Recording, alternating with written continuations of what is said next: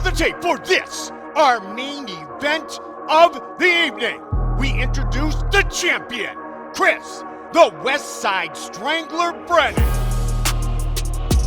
Let's get it on!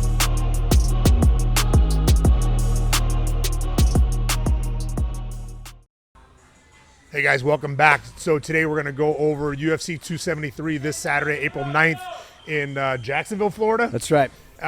Really stacked card. It's going to be a really exciting card, and I'm going to make my quick predictions. I've only missed one. You're 9-1, man. I've missed one out of 10 fights. So we'll start with.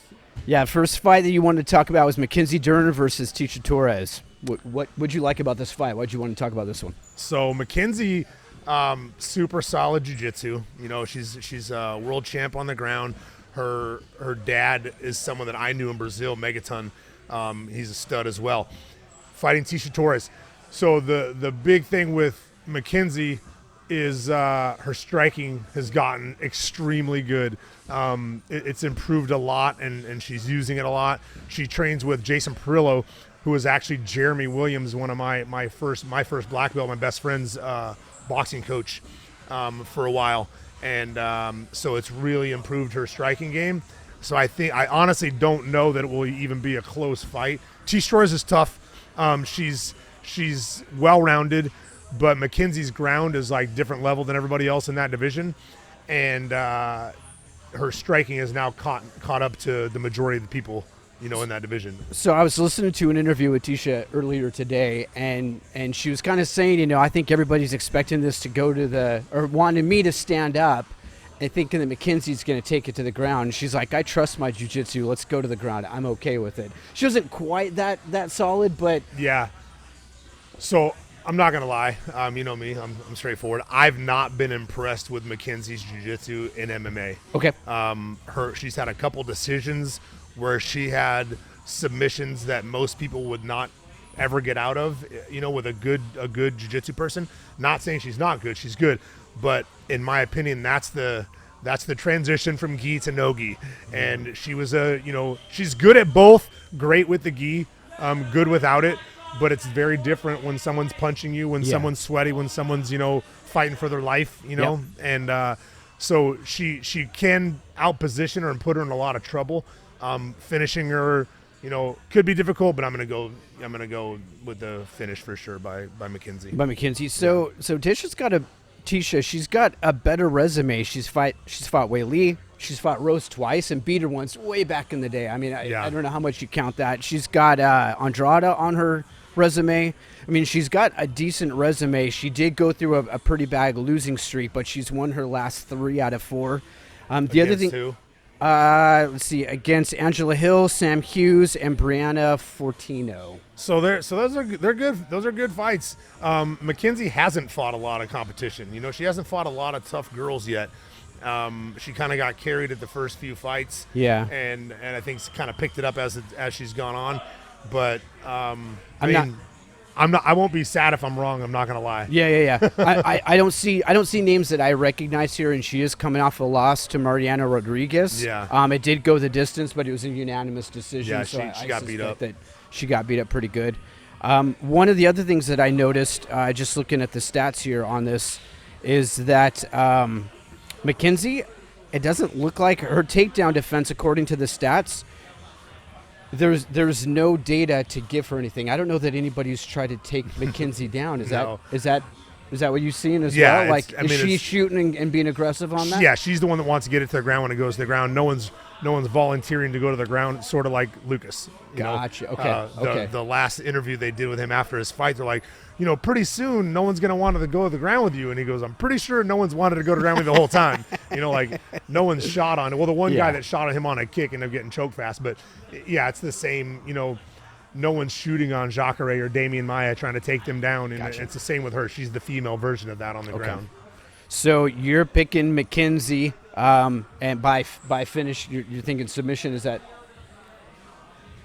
I don't want to back you into a corner. But. I would like Tecia Torres to win. I just think MACKENZIE's got too much experience on the ground, and her striking is a lot better now. I don't want to say it's great. It's a lot better than it was, and she punches her way into her clinches and her takedowns.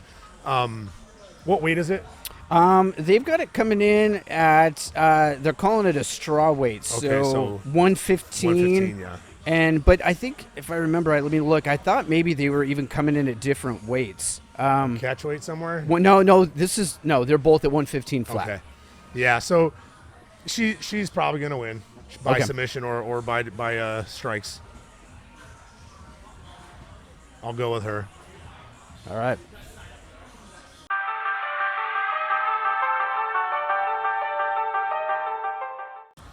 Okay, the next fight we have. Now we get into the good stuff. I think this might be the fight of the night. I know there are two fights afterwards, but Gilbert Burns and Khamzat Chimaev. Yeah. Khamzat, that kid's such an anomaly. Other level, man. Yeah. So this is his first big step up. Yeah. You know, it's his first big step in competition. He's fighting a guy that just recently fought for the belt. Yep. He's fighting a guy that is really, really good on the ground and strong. So his submissions are powerful. In Gilbert, you're talking about Gilbert, Yeah. right? Okay. However, he was once a 55er. Yeah, so talk to me about the weights here. I'm seeing 186 for Gilbert Burns, and I'm seeing 170 for Khamzat. 186? 186 and 170. I mean, that might be what it is today. Yeah. I believe it's at 170. It's 175 pounds. It's a welterweight fight. Yeah. So, but he has fought at 155 before, and Chimaev could easily fight at 185. So they're kind of, one's bigger for the weight, one's not huge for the weight. Okay. Gilbert is real muscular, but he's not huge. He's shortish. He's not as tall, not as big. But it is gonna present a threat on the ground to Chimaev, and that's what I'm interested to see. Like he's such an anomaly, and he's the guy you can't bet against right now, right? He picks guys up, walks over to the corner, talks trash to Daniel Cormier about telling him he's the best in the game while he's got the guy in the air. Yeah. He doesn't even know how the fight's gonna go yet. Yeah. But he does, in his head, and he dumps him and beats him up. So he's really exciting to me, and he doesn't look like a great striker. He's got knockouts. Yeah, he's got TKOs. Except for that one, I think the last fight that he had. 2 fights ago. Was it Gerald Mearshart? Yeah. That fight went all of 7. Did it go 17? I think that fight went 17 seconds. Yeah, TKO. Bang. Yeah. One shot right on the button. Yeah. So he's. I'm picking. I love Gilbert, and after Gilbert's loss to Kamaru Usman, I was so sad during the hug when he was crying, because that guy put every single ounce of everything he had into that fight, and he puts it into the sport. So I would be stoked if he won and kind of slowed the hype train down a little bit, and kind of showed, hey, there is different levels to this. But I'm also not going to be shocked at all if the different levels is Chimaev is actually on that level and the next one up. So if he wins that fight, Usman's got to be next. He's got to have Kamaru Usman next. Chimaev? Yeah, for sure. At that point, so I was looking back at Burns. Since 2018, his only loss was to Usman. If you go all the way back to 2016, he's been 11-2 during that time, and his only other loss was to Hooker. So I mean, he's got a great resume. He's been around a little bit. He's 11-2 with some names. Chimaev is 10-0, and they've been exciting. His average fight duration is just over 3 minutes right now. So he's finishing really fast. And so Usman has been training with Gilbert Burns for this fight. Really? Yeah. And I thought, what a smart thing to do. If you can get him to beat him, he's not next in line for you. If he can get Gilbert Burns to beat Chimaev, Chimaev gets knocked down a rung on the ladder, and that gives you a little more time. Yeah, and he gets to defend against somebody else 2 times, and maybe be done or moved to 185. It's funny because when you said what a smart move, I thought you were saying that was a smart move for Gilbert Burns. For Gilbert Burns, it is. It is also. But you're right. That's an interesting. That's chess versus checkers. Yeah, it's like, right? But if you're going to ask me, will I help you? Yes, I will actually help you, because that would benefit me as well. Yeah. In a roundabout way.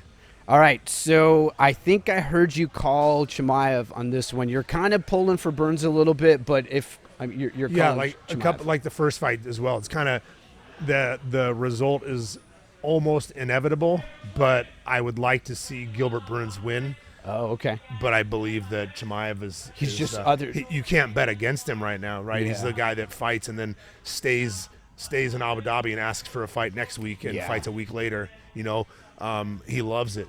So again, if you want to talk about takedown defense, same thing that I mentioned about McKenzie. No one has gone in against Hazmat. He doesn't have any takedowns. No one's really him. had a chance. You know, he comes right out and either is finishing on the feet or he's taking you down. He's had he's had 3 fights going to the second round. So, I mean, there has been some time, but I also watched a couple highlights, and it was like head kick, shoot. Right. You know, big punch, double leg. It was Right. like, I mean, he knew what he was going to do right from the beginning, and it was lightning fast. Yeah, I'm going to go with him. Cool. By finish. By finish? Yeah. Okay.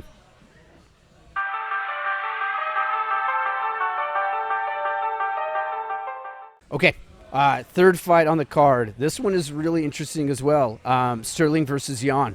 Obviously, this is a rematch, and it's funny because I started thinking about this, and I did watch this pay-per-view, and I remember watching the illegal knee, and I remember Joe Rogan like kind of losing his mind over it, and I even remember the ref. He called it before the knee went up there. He's like, fighter down, and all of a sudden Jan just went bang and nailed him, and it was ugly. So I have a lot to say about that fight. So Sterling's the champion.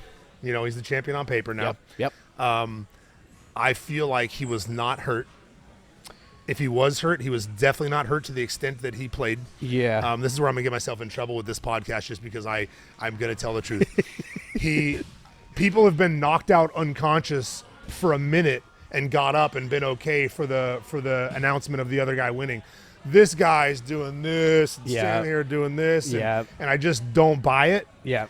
And here's the biggest problem with the announcers, and this happened that night. They're in an empty arena, and Daniel Cormier over and over is saying, if he stops fighting right now, he's the champion. If he just quits right now, he's the champion. And he's saying this so loud. Yeah. And after fighting in an empty arena with Lucas, I know you can hear John McCarthy and Josh Thompson talking clear as day. Clear as day. And he's saying, if he quits right now, he's the champion. That's it. He's the champion. And he says that repeatedly. Yes. And he's kind of saying it loud toward him. And I'm like, man, don't encourage that. Yeah. You know, and then he quit. And then he was, and it was a weird reaction to the knee as it was. Like you could see it hurt. Then he fell back. Then he was better. Then all of a sudden he was not better again. And all of a sudden he was real dizzy. Yeah. So I just am, and he acted mad. And When they upset put the belt on. on. When Dana put the belt on him, he was all like, But then pouting a after little that, his Instagram and everything, he's a champ. And he was celebrating and partying like he won that fight fair and square. And on the rule book, he did win fair and square. Yeah, he did. But I just feel like he milked it. I feel like he milked it. And I would say the last 3 minutes of the fourth round before that knee, he was getting worked. He knew there was, he was getting worked. He was winning the beginning of that fight. Yep. And it took Pyotr a couple minutes to figure out what's going on. Yep. What's he doing? Now I'm going to start to shut him down. And he did. And when he did, he was getting beat up bad. Yeah. Like it wasn't going to turn around the other direction His again. body language was bad. I mean, he was taking hurting. strikes and he was moving, and you could just see like every fight He was getting tripped and thrown to his back. Yes. A couple times. Yes. Like just manhandled. Like weak takedowns that were being effective. Yeah. It's interesting. Jan has fought since then. Yeah. Sterling hasn't. No. So I don't know that Jan dropped out of one of the fights. Sterling has dropped out of 2 of them when they were supposed to fight again. And it didn't happen for whatever reason 2 times, maybe 3. And that's why I'm saying Jan might have been one of the reasons why it didn't. But the big story in this fight, besides the fact that Pyotr Jan is actually the champion, is Pyotr Jan's corner got stuck in Russia and none of their visas got accepted. So he's here in Las Vegas with no corner. What? Yeah. And so I don't know who's going to corner him. He was making a joke saying he wanted Sean O'Malley and Henry Cejudo to corner him. It was like just Are you being busy funny. Saturday night? No, I would love to corner him.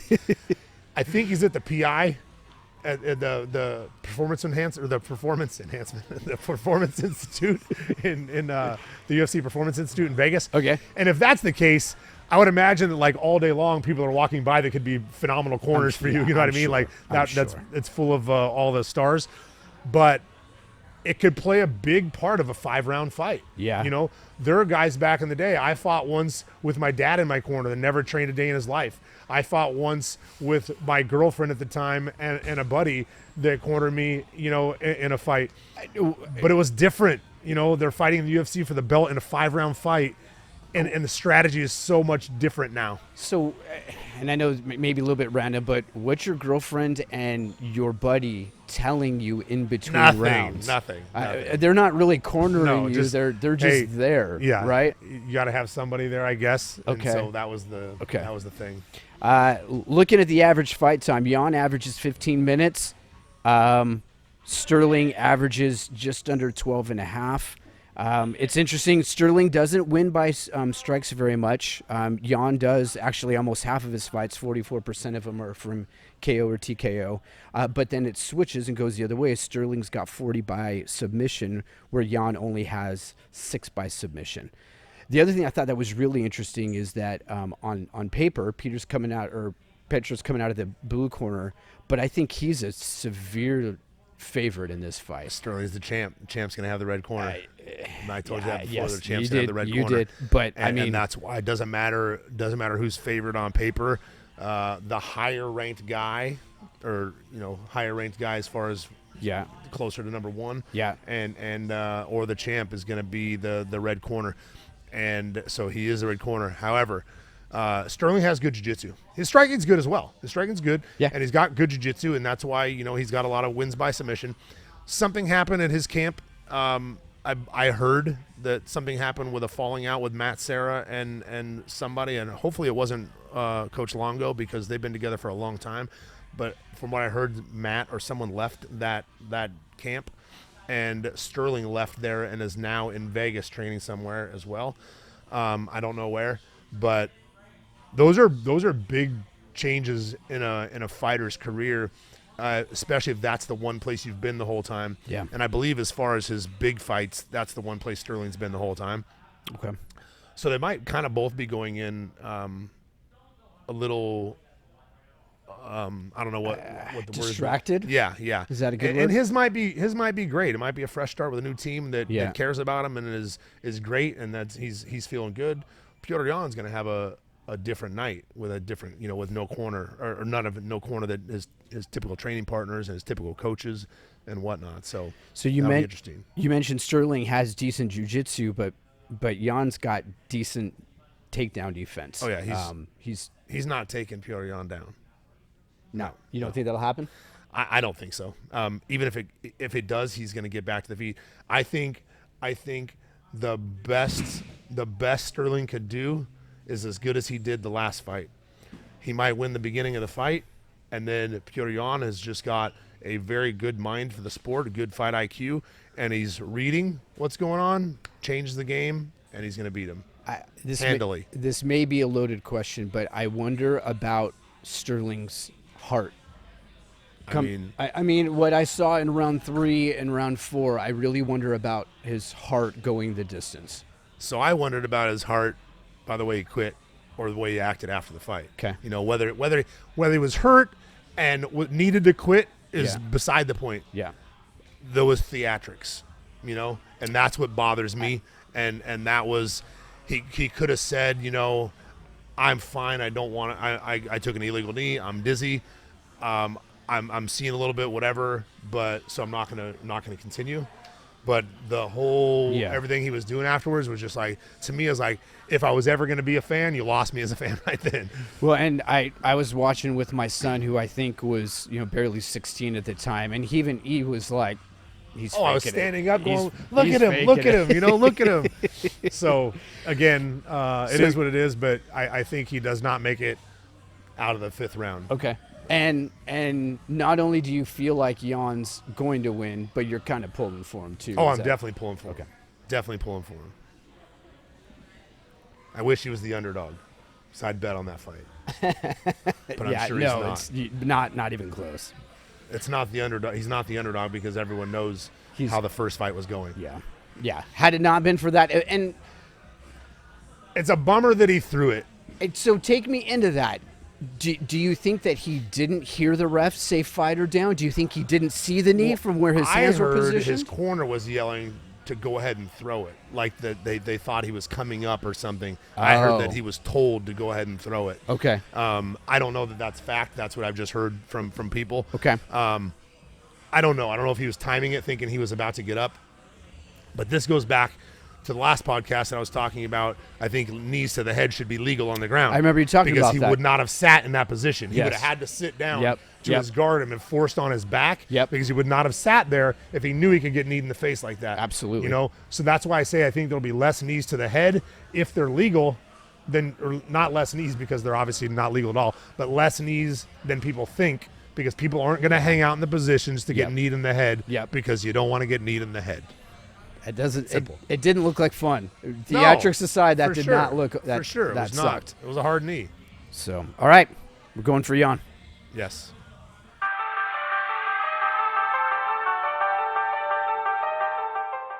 Okay.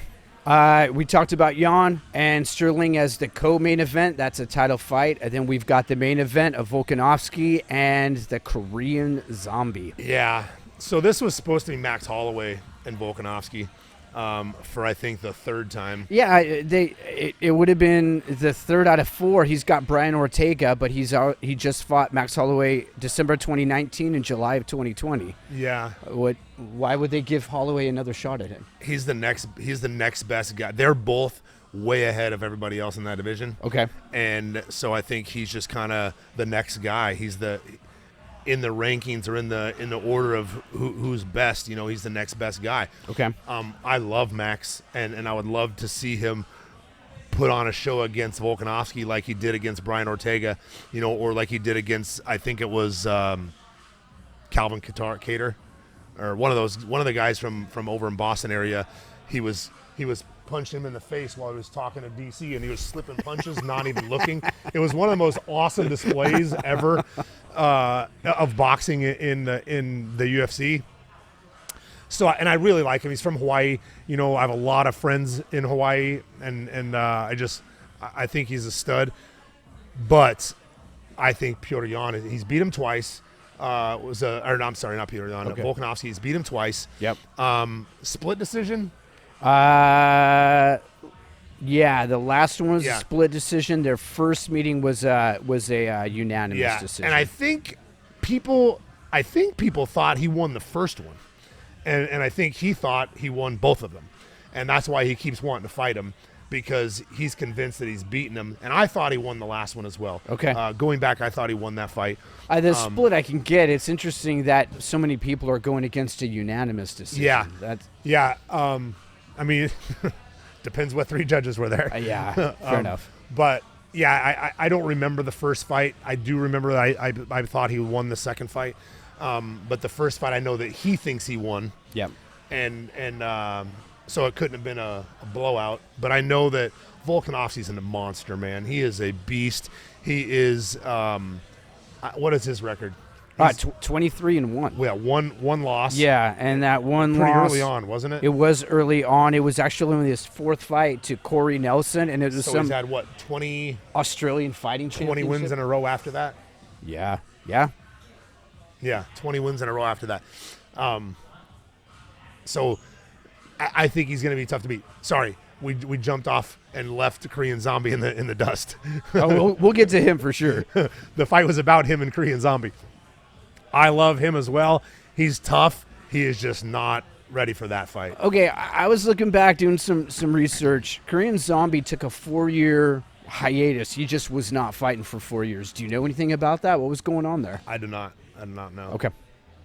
And then I was looking at, again, the size thing's super interesting to me because this is listed as a featherweight fight, but Volkanovski comes in at 160. Korean Zombie comes in at 145. So I'm assuming that's just a typo or something. Volkanovski's it's a 145. It's 145. And it's for the title, so you don't even get the extra pound. It can't be for 146. It's got to be 45 flat. Korean Zombie's 17-6. Looks like he's got reach advantage for sure. They're both good at defending the takedown. Korean Zombie has slightly better takedown percentage, and he's got a submission game on him that it doesn't look like Volkanovski has. Is that accurate?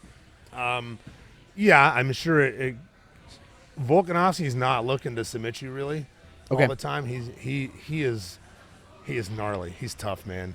He's got to have either a lot of decisions or a lot of ground and pound TKOs. So decisions, so 48 by TKO, 48% by TKO, 39% by decision. Yeah, he's only got 13 by submission, and based off the number of fights, I think that's going to be 2. Yeah. So, yeah, he got a guillotine and a triangle. And that doesn't mean he doesn't have a good ground game. Sure. Or submission game. That's the way he fights. Okay. You know, you could look at some of the good jiu-jitsu guys that are fighting the UFC that have TKO and knockout wins, and it's just because that's the way they fight. That's where they're strong now. But so I'm sure his ground is solid, but he's just a monster on top. His ground and pound is insane. His striking on top is insane. You know, he's tough. Now, Zombie. Oh, sorry, I interrupted you. Zombie on the other side has 47% by submission. Yeah. But what were you going to say? He's more of a submission guy. Okay. He fights that way, you know. But Which one? Korean Zombie. Zombie. Okay. Yeah, that's why he's got more submission wins. And I think Volkanovski is the ground and pound. You know, heavy ground and pound, heavy strikes on the feet. I just looking back at Korean Zombie's record. They both fought Brian Ortega. Zombie lost. Volkanovski beat him. Yeah. And that was recently. Brian Ortega just did that just this past September when he beat Ortega. So. And then it was a year ago when Korean Zombie fought. And I think Ortega has a different level of jiu-jitsu finish submissions than Korean Zombie. Okay. And he had Volkanovski in the tightest mounted guillotine. I thought the fight was over. He got out. He scrambled and came up on top and instantly got locked into a sunk triangle, which is Brian's T-City. It's his nickname, Triangle City. That's his thing. Okay. Locked on a triangle. Yeah. And I'm sure in Brian's head and heart, he thought, oh, my God, I pulled it off. You know, because he was getting beat up bad. Yeah. And locked on a triangle, and he got out of the triangle as well, and then just went right back to beating the crap out of him. And I was just like, holy smokes. Like, when you get out of something sunk in that deep, is it technique? Is it heart? Is it strength? What did you see there that got him? Did he just endure it and just be like, I'm not going to tap? And a lot of strength. He's very strong. He's got a short torso, short neck, you know, and was able to muscle out of it. Not a ton of technique getting out of something that's completely sunk. When it's completely sunk, it's completely sunk. It's like starting with a straight arm bar and saying be technical and get out of that. Gotcha. Well, I'm going to break your arm because as soon as you move, I'll arch my hips. Yep. You know, and the same thing. He had the guillotine locked and he had the triangle locked, and he was just able to grit, muscle, and you know, explode his way out of it. And he did. Nuts. And then he got right back to beating him up the second he got out of it. It's wild. Yep. So you're taking Volkanovski in this one, is that correct? Oh yeah. Any sense on before 4? Okay. Yeah, so before 4. So you think it'll be done? It won't reach the 4th round. I guess I'll say before the 4th ends. Got it. Yeah, I think he'll spend the first 2 rounds making the Korean Zombie into the zombie, and then he'll finish him in the 3rd or 4th round. You were really excited when we were texting about this earlier. You were just jacked for this fight. You were like, "Oh, there's a whole bunch on there," and you were excited for this. It's a great card. You think? Is there one that you feel like is going to stand out? Is it Hazmat? Is that the fight that you're most looking forward to? Yeah, just because the guy, again, he's so. I say he's unpredictable. You don't know what he's going to do, but so far, what he's going to do is win, right? So you want to see how. Okay. How's he going to win? What's he going to do to beat this guy? Yeah. Now that he's stepped up competition so big, what's he going to do to beat this guy? And that's what it'll be interesting to me. He's another guy from. Is he a Dagestani guy? You know, he's from Chechnya. Oh, okay. Yeah. But he's a monster. Like all those guys over there. You know, who was the guy from Dagestan that we were talking about a couple podcasts ago? Uncle Live. Oh yeah. For me, it's just like you're seeing this group of fighters, and my son was laughing. He was like, he said he was comparing Uncle Live. No, he was comparing Paddy and he was saying that Paddy was like the good version of Conor because he was coming out of Ireland, and then he was saying Chimaev was like the bad version of Khabib. And he's like, the whole world is upside down. Now you're seeing like a bad, a kind of a villain version Right, of Khabib. right. And then kind of a happy, lighter version of Conor and Paddy. Yeah. He was like, it's all flipped. Yeah, Paddy comes out of Liverpool, but it's weird too because they're opposite fighters. Like Conor's phenomenal on the feet, Paddy's phenomenal on the ground. Yeah. But he's gonna have as many fans without being a dick. Yeah. And that's a good thing. It's a good way to win. Yeah. You can do it by being funny. Yeah. And he talks a little trash, but he's not getting into people's families and things like that. He's a funny guy. It feels harmless. I don't know that they're fighters, so that's. We're gonna have him on here in a few weeks, and in Liverpool there are kids that literally run around looking like Shaggy from Scooby-Doo with that haircut, and they're not looking like Shaggy; they're looking like Paddy. Like Paddy, yeah, they're that's like Paddy. legit. It's awesome. All right, any closing thoughts? No, we'll be back at the beginning of the week to give my 100%. 9-1, man. 9-1. Yeah, not bad. Don't break the streak. Awesome. Thanks. Thank you.